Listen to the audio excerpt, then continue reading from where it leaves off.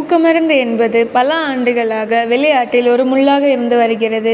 இது நியாயமான விளையாட்டை குறைமதிப்பிற்கு உட்படுத்துகிறது மற்றும் விளையாட்டு வீரர்களின் ஆரோக்கியத்தை கடுமையான ஆபத்தில் ஆழ்த்துகிறது. ஆனால் நம் பக்கத்திலும் எதிர்காலத்திலும் புதுமைகள் பிரகாசமாக தெரிகிறது. விளையாட்டை மற்றும் முன்னேற்றங்களில் ஒன்று உயிரியல் பாஸ்போர்ட் ஆகும். ஒற்றை சோதனைகள் மூலம் ஏமாற்றுக்காரர்களை பிடிப்பது பதிலாக இந்த கடவுச்சீட்டுகள் காலப்போக்கில் தடகளத்தின் உயிரியல் குறிப்புகளான கண்காணிக்கப்படுகின்றன.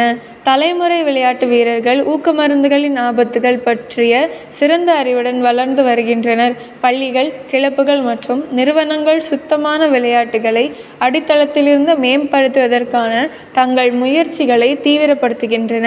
எனவே நீங்கள் அதை வைத்திருக்கிறீர்கள்.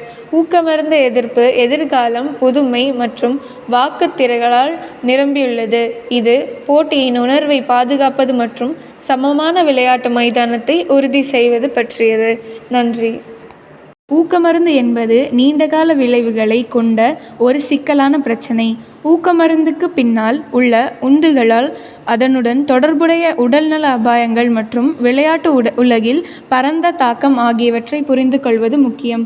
இந்த பிரச்சினையில் வெளிச்சம் போட்டு காட்டுவதன் மூலம் அனைத்து விளையாட்டு வீரர்களும் சமமான விளையாட்டு களத்தை உருவாக்குவதற்கு நாம் உழைக்க முடியும்.